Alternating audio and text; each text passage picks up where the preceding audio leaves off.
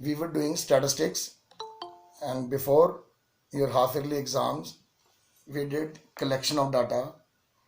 Collection of data consisted the first step of statistics in the singular sense में जो stages हैं statistics की, उसमें the first stage was collection of data. In collection of data हमने 2-3 topic किए. What is collection of data, types of data, internal external source, primary and secondary data. फिर उसके बाद हमने किया था मेथड्स ऑफ कलेक्टिंग डाटा. तो there were 2 methods, census method and sample method. ये हमने कलेक्शन ऑफ डाटा में किया.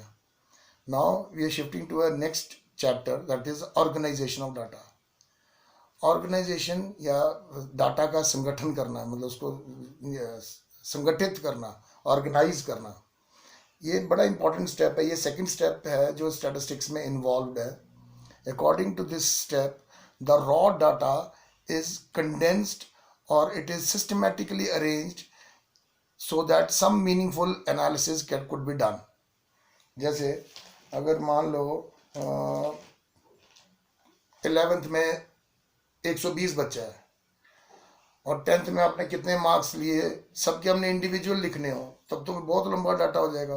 क्योंकि किसी का आएगा 66.6, फिर 82%, 81, 67, ऐसे तो 140 बंदों का डाटा आ जाएगा. कि अगर 140 बच्चा है इस टाइम 11th में, तो हम अगर सबका अगर इस तरह से लिखना शुरू हो जाएंगे तो वो तो बहुत लंबा और चौड़ा हो जाएगा. 140 आदमी का लिखने से it might consume the whole page. हो सकता है पूरा पेज ही इन्वॉल्व ना हो जाए उसमें. तो डाटा को जब रॉ फॉर्म में कलेक्ट किया जाता है, जैसे हम पहले 10th A में जो बच्चे थे, रोल नंबर 1 के कितने % मार्क्स हैं, 2 के, 3 के, 4 के, जब इस तरह से बिल्कुल रैंडमली और बिल्कुल अनाड़ियों की तरह और ऐसे रॉ फॉर्म में डाटा कलेक्ट किया जाता है, वो तो एकदम रॉ मटेरियल की तरह है. लेकिन उसी डाटा को जब हम अरेंज करते हैं एक टेबुलर फॉर्म में, एक शेड्यूल्ड फॉर्म में, that process is called organisation of data. तो आपने भी देखा होगा डाटा कई तरीकों से प्रेजेंट किया जाता है.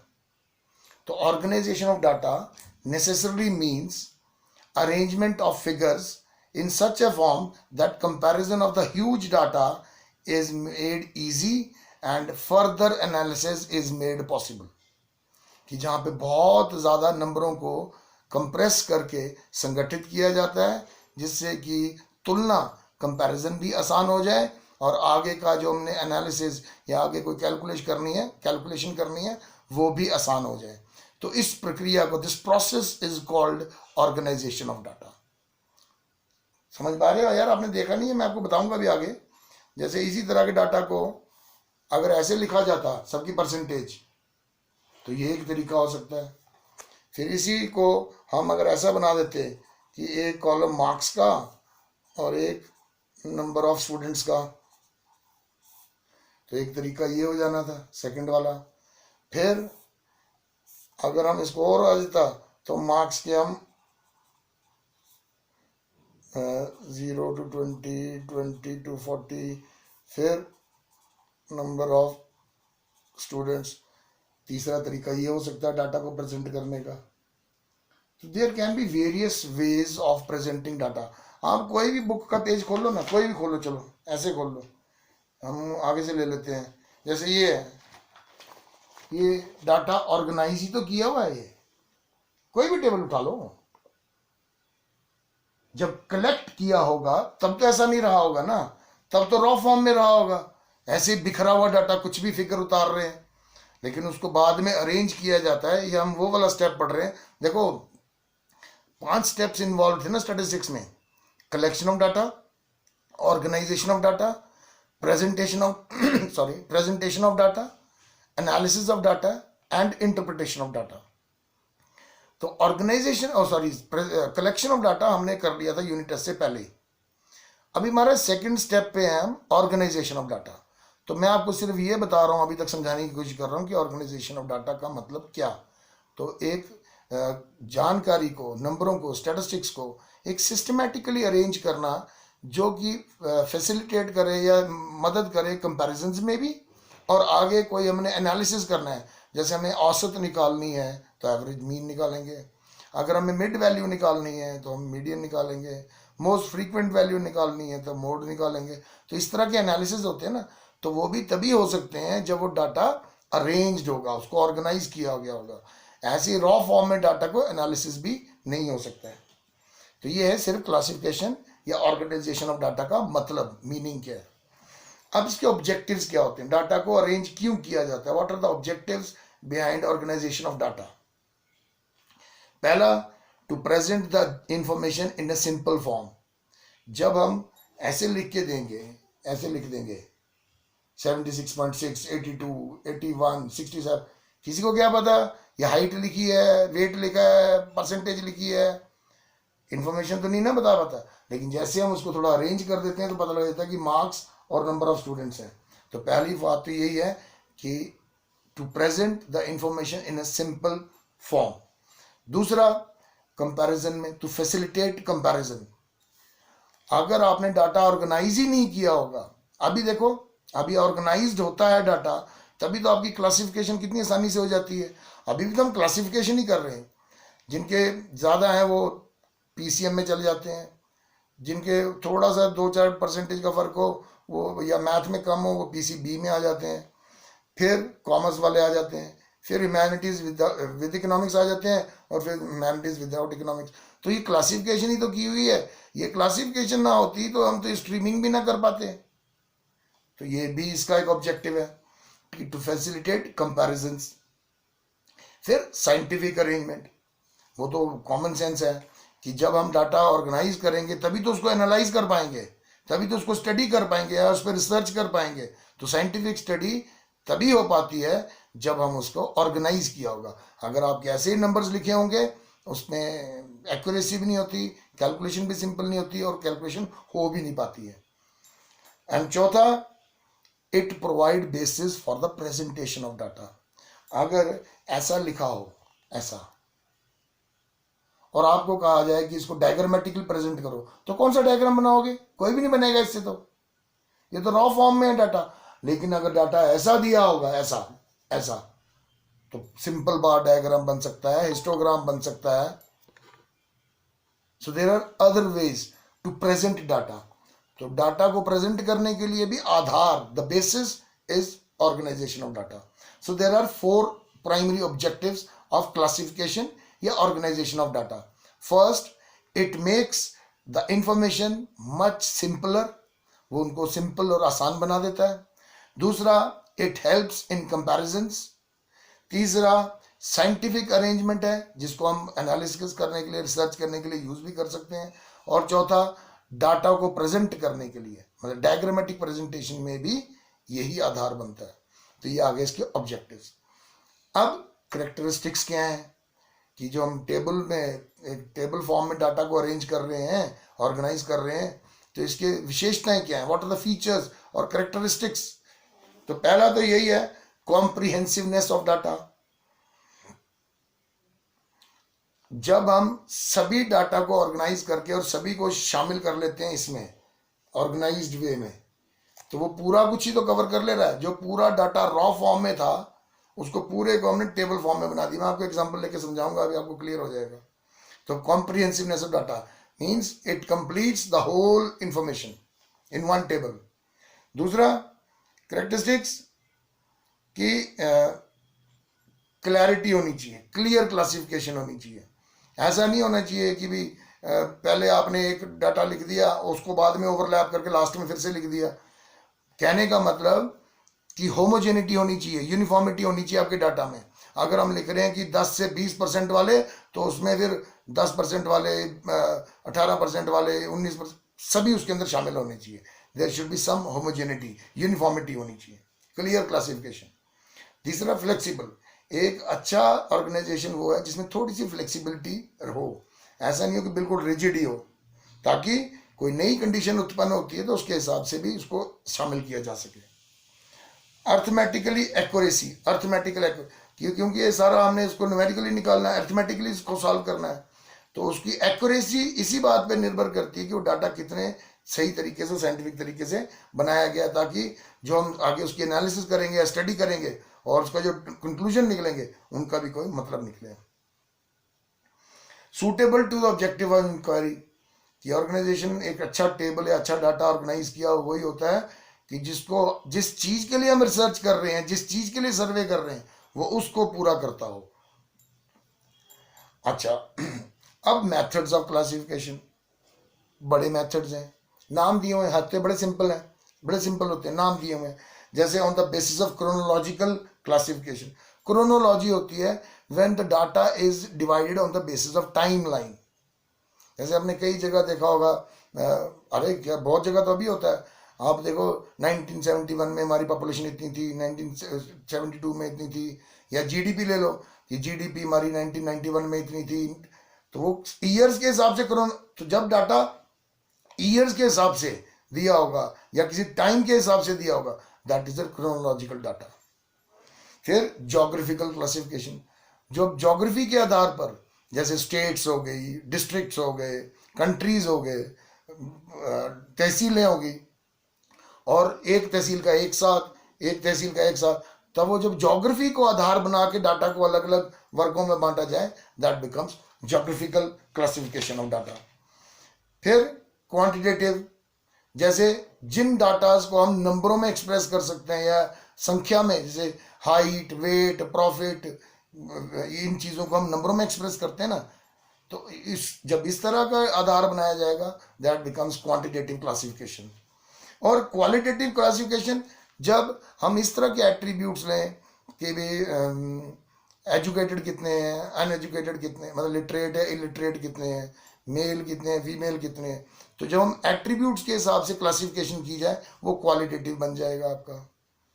क्रोनोलॉजी मीन्स टाइमलाइन के हिसाब से डाटा जब तैयार किया हो, वो क्रोनोलॉजिकल क्लासिफिकेशन होगी। जब ज्योग्राफी को एरिया को आधार बना के, बेसिस कर बना के डाटा को क्लासीफाई किया जाएगा, कि उसकी क्लासिफिकेशन की जाएगी, वो ज्योग्राफिकल क्लासिफिकेशन हो जाएगी।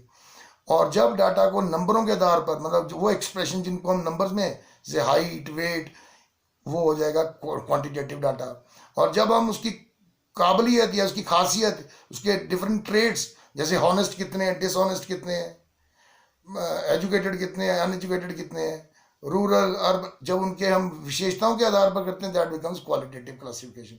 तो ये 3-4 क्लासिफिकेशन है, होते सिंपल है, लेकिन आपको इनका बेसिस पता होना चाहिए कि बेसिस क्या है। अब आ जाओ statistical series. Broadly there are 3 types of series, यही जो मैं आपको समझाने की कोशिश कर रहा था। जब डाटा इंडिविजुअल वेरिएबल, जैसे ये एक बच्चे के मार्क्स हैं, ये एक बच्चे के मार्क्स हैं परसेंटेज में, ये एक परसेंटेज बच्चे की परसेंटेज, तो when the all observation is expressed in individual form, कि सभी जिनको हम स्टडी कर रहे हैं, सबका जो नंबर है अलग अलग अलग अलग अलग अलग लिख रहे हैं, वो हो जाएगा इंडिविजुअल सीरीज, जिसको हम रॉ डाटा कहते हैं। जिसको हम रॉ कह रहे थे ना, वो इंडिविजुअल सीरीज हो गई। पर ये इंडिविजुअल सीरीज तो तभी सूट करती है अगर साइज छोटा हो। अगर यही बच्चा 140 था या 200 होता, तो वो तो कितना डाटा बन जाना था, और 2000 होगा तो और बड़ा बन जाएगा, उसको तो कैलकुलेट करना है या उसको अरेंज करना ही मुश्किल हो जाएगा। तो रॉ डाटा, इंडिविजुअल डाटा की ये खासियत होती है। Variables are represents quantitative character of each item, कि हर एक आइटम, मतलब हर एक ऑब्जर्वेशन, हर एक इंडिविजुअल को क्वांटिटीज में हम एक्सप्रेस कर रहे हैं, उसकी इंडिविजुअल एक्सप्रेशन आ रही है। लेकिन इसी डाटा को हम थोड़ा सा ऑर्गेनाइज कर लें तो बनती है डिस्क्रीट सीरीज। पहली वाली थी जिसको हम रॉ डाटा कहते हैं, that is a individual series, क्योंकि हर इंडिविजुअल ऑब्जर्वेशन अलग अलग दी होती है। लेकिन उसको हम थोड़ा सा कंप्रेस कर लें या थोड़ा सा अरेंज कर लें टेबल के फॉर्म में, तो वो बन जाएगा डिस्क्रीट फॉर्म। डिस्क्रीट में क्या होता है, वैल्यू, जैसे इस केस में marks, and frequency means number of students. जैसे एग्जांपल ले लेते हैं कि 50% वाले कितने थे, 60 वाले, 70 वाले, 80 वाले, 90 वाले। मैं एग्जांपल ले रहा हूं तो इसलिए एग्जांपल की तरह ही समझना है इसको। जैसे हमने परसेंटेज लिख दिया, 50, 60, 70, और भी लिख सकते हैं, पर मैं एग्जांपल के कि 50% वाले मान लो 12 बच्चे थे, 60% वाले 10 बच्चे थे, 70% वाले 18 बच्चे थे, 80% वाले 8 बच्चे थे, वो 2 बच्चे थे। ये कितने बन गए, 30 40 50, जैसे 50 बच्चों का डाटा है ये। तो when data is arranged in a tabular form expressing the variable and number of occurrence, कि किसी भी वेरिएबल के नंबर ऑफ फ्रीक्वेंसी क्या है, जब उसको एक हम टेबल फॉर्म में दिखाएंगे, ये बन जाएगी डिस्क्रीट सीरीज। नाम लिख देता हूं मैं,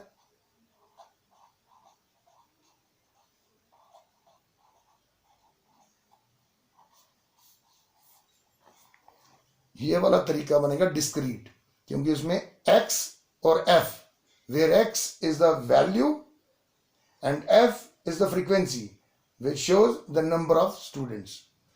तो पहला वाला जो वो है रॉ डाटा, जिसको हम रॉ डाटा कहते हैं, दैट इज इंडिविजुअल सीरीज। लेकिन जब data is shown in a variable and number of occurrence, that becomes discrete series. In this case variables are finite and not expressed as a range, क्योंकि range में हम इसमें लेते हैं।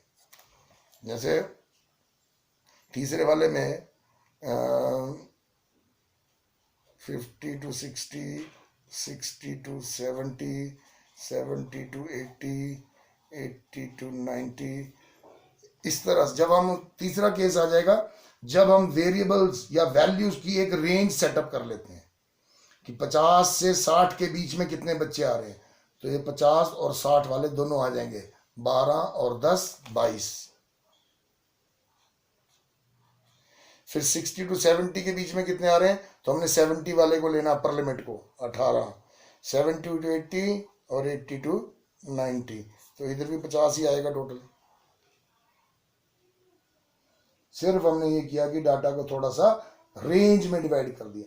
अब इनका फायदा क्या है, ये 3 सीरीज हुई, पहली वाली आ गई इंडिविजुअल सीरीज, फिर दूसरी वाली आ गई डिस्क्रीट सीरीज, और थर्ड वाली आ गई कॉन्टिन्यू सीरीज।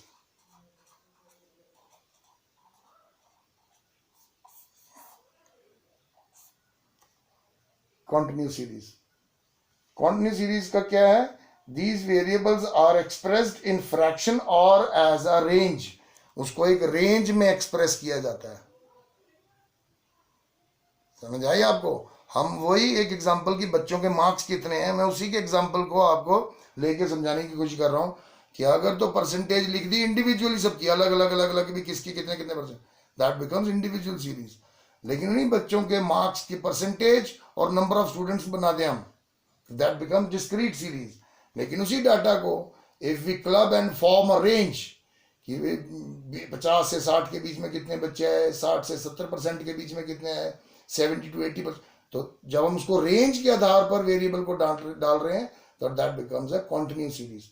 अब इनका फायदा क्या है, ये थोड़े से साइंटिफिक इसलिए है क्योंकि इसमें तो हमने यहाँ नंबर ऑफ स्टूडेंट्स बढ़ाने हैं सिर्फ, तो चाहे आप 2000 बच्चा हो चाहे 2 लाख बच्चा हो, वो टेबल में लिखा जाएगा, कोई इसमें बड़ा वो नहीं है। सिर्फ इसमें प्रॉब्लम थी कि लार्ज साइज ऑफ इन्वेस्टिगेशन है, तो it is not easy, it is not possible to arrange data and draw a accurate conclusion.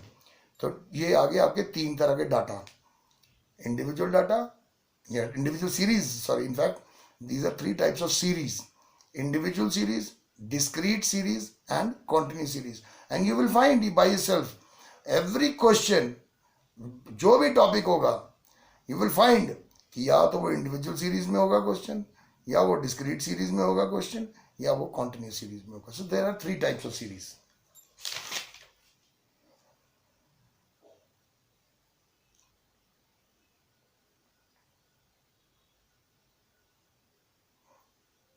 अब 2 सीरीज होती हैं इसमें भी कंटिन्यूस में, exclusive and inclusive. Exclusive series वो होगी जिसमें कंटिन्यूटी बनी रहती है।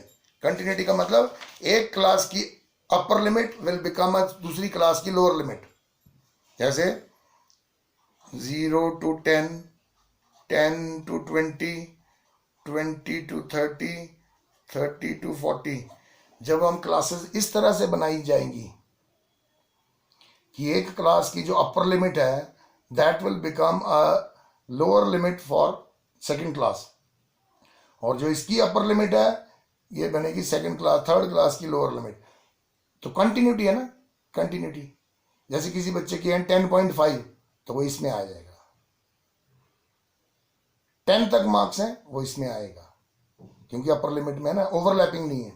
0 to 10 कि अगर किसी के 7% नंबर है वो भी इसमें आएगा, किसी के 10% मार्क्स है वो भी यहाँ पे आएगा, लेकिन उसकी अगर 10.5% है या 10.2% है तो वो इसमें आ जाएगा, क्योंकि 10 लोअर लिमिट। तो इस तरह से जब सीरीज बनाई जाए तो this is called exclusive series.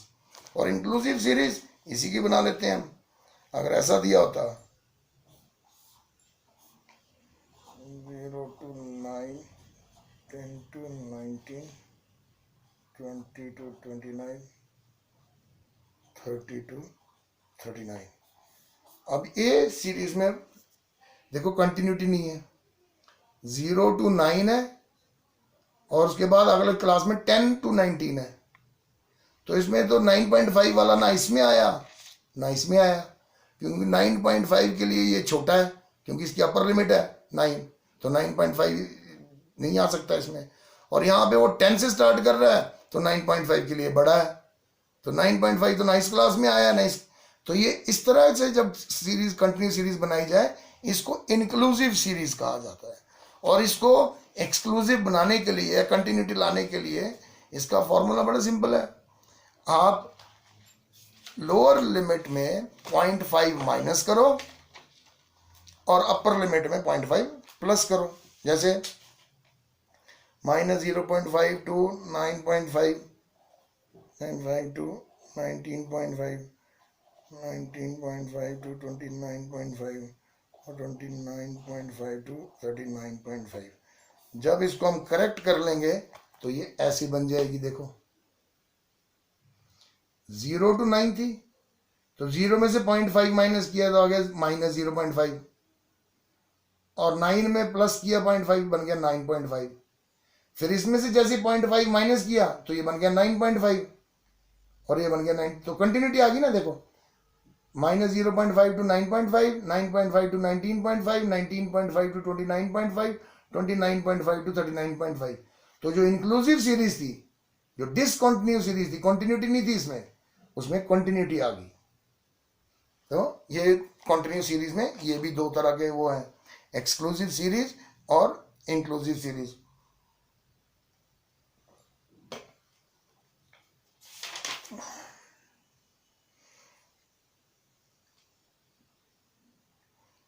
फिर होता है एक सिंपल फ्रीक्वेंसी सीरीज और एक होता है क्यूमुलेटिव फ्रीक्वेंसी सीरीज। देखो सिंपल फ्रीक्वेंसी सीरीज तो सिंपल फ्रीक्वेंसी दी हो, जैसे ये दिया हुआ क्लास इंटरवल और इधर कोई भी फ्रीक्वेंसी लिख ली 7, 17, 20, 14। जब आपको सीधा सीधा फिगर्स दी हुई हैं कि 0 से 10 के बीच में इतने लोग थे, 10 to 20 के बीच में इतने लोग थे, 20 to 30 के बीच, तो सिंपल सीरीज है क्योंकि इसमें सिंपल फ्रीक्वेंसी दी हुई है, क्लासेस दी हुई हैं और उसके फ्रीक्वेंसीज दी हुई हैं, तो ये बन गया आपका सिंपल सीरीज। फिर एक होती है क्यूमुलेटिव फ्रीक्वेंसी सीरीज, जिसमें क्या दिया होगा आपको इस तरह से, क्यूमुलेटिव फ्रीक्वेंसी दी होगी 7, 24, 44, 88, जैसे ये दिया हो क्लासेस और सीधा क्यूमुलेटिव फ्रीक्वेंसी दी हो, लेकिन उसके लिए क्या लिखा होगा, ये क्लासेस में लिखा होगा less than 10, less than 20, less than 30, less than 40। वो डाटा तब आपको लेस देन करके दिया होगा। 0 to मतलब तभी उसका वही है, लेस देन 10 मतलब 0 to 10, less than 20 means 10 to 20, less than 30 means 20 to 30, less than 40 means 30 to 40, मतलब वही है, लेकिन उसको लिखने के टाइम पे लेस देन सीरीज लिखी होगी।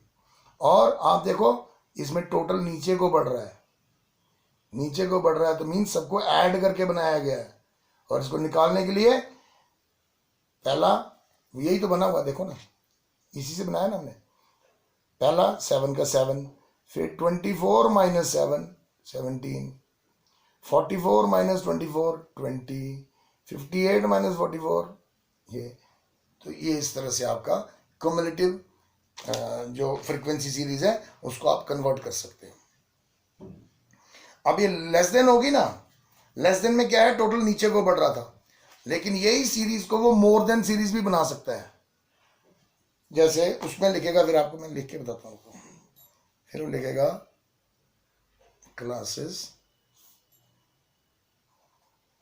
more than 0, more than 10, more than 20, more than 30, और फ्रीक्वेंसी का टोटल होगा आपका 58, 51, 34, 14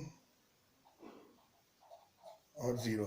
अब इस केस में देखो, ये वाले केस में अब टोटल ऊपर को हो रहा है, मोर देन सीरीज है ना, लेस देन सीरीज में टोटल नीचे को जा रहा था, बड़ी वैल्यूज नीचे थी क्योंकि कम्युलेटिव फ्रीक्वेंसी वाली सीरीज थी और लेस देन वाली सीरीज थी। अब मोर देन सीरीज में मोर देन 0, तो मतलब वही बना, more than 0 means 0 to 10, more than 20 means more than 10 means 10 to 20, more than 20 means 20 to 30, more than 30 means 30 to 40।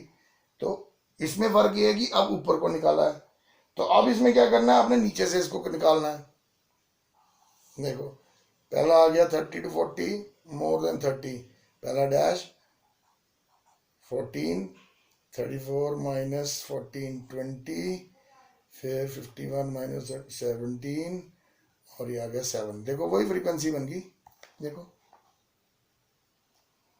बस अब हमने नीचे से निकाला है, पहला 14 का 14, फिर 34 माइनस 14 20, फिर 51 माइनस 34 17, और 58 माइनस 51 7।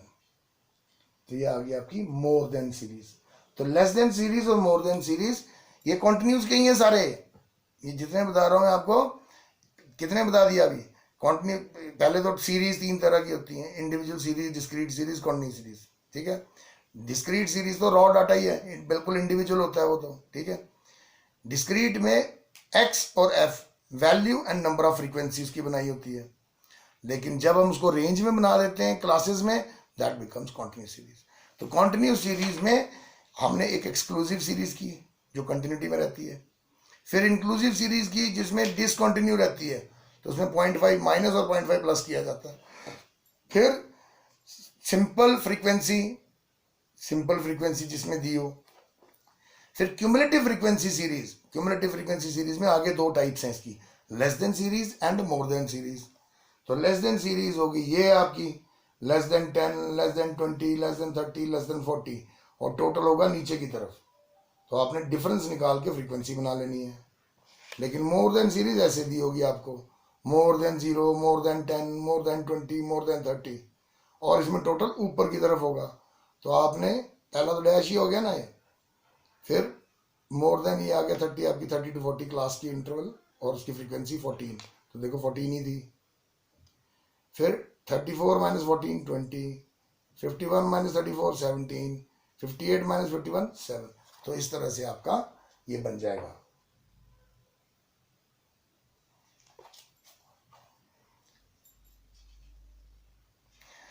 अच्छा, कभी आपको एग्जामिनर मिड वैल्यूज दे दे, पहले आपको ये पता है ना मिड वैल्यू कैसे निकाली जाती है।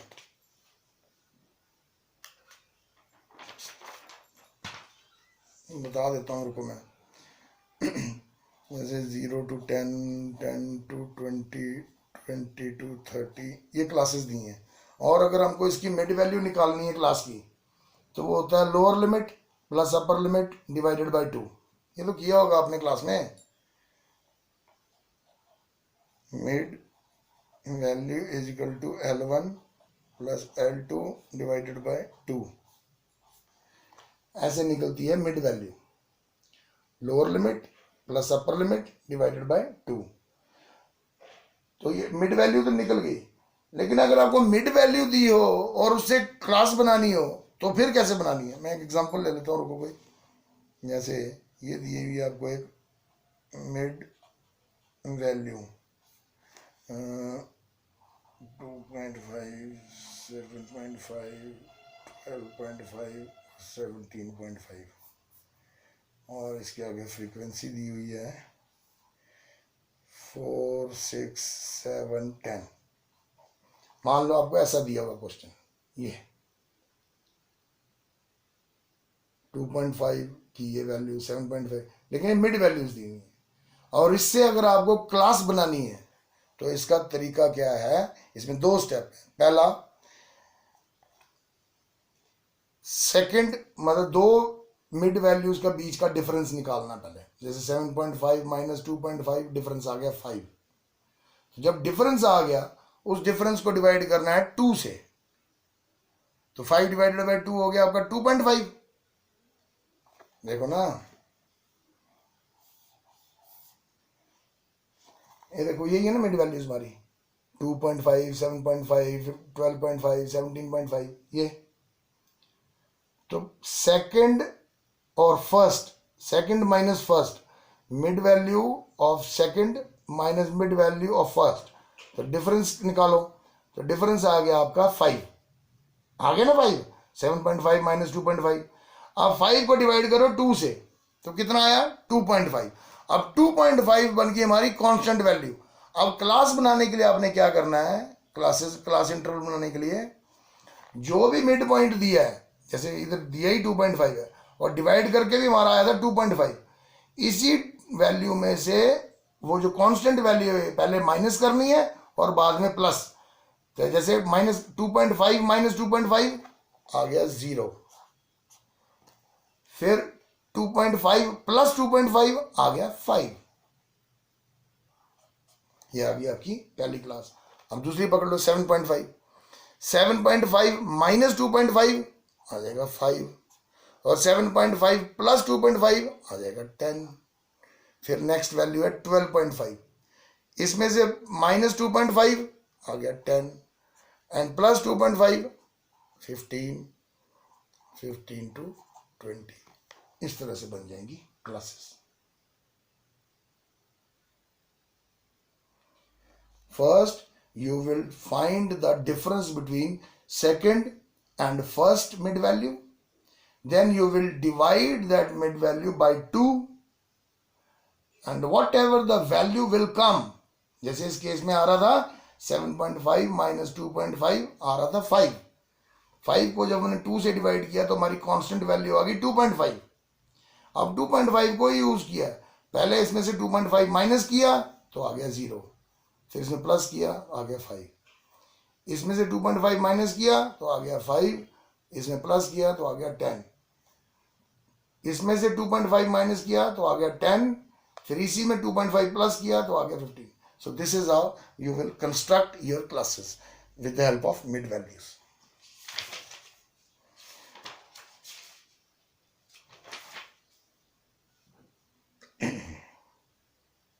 मिड वैल्यूज भी हो गया। Open and series, open and series का मतलब जिसमें पहली क्लास में इधर लिख दिया, जैसे यही क्लास है 0 to 5, इसको पहली क्लास को लिख दिया लेस देन 5 और इसको लिख दिया मोर देन 15।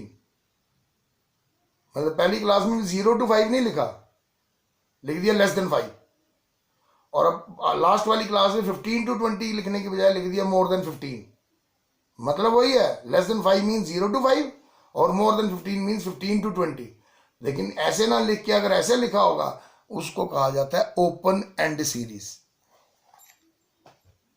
ठीक है, ये हैं आपके topics for organisation of data.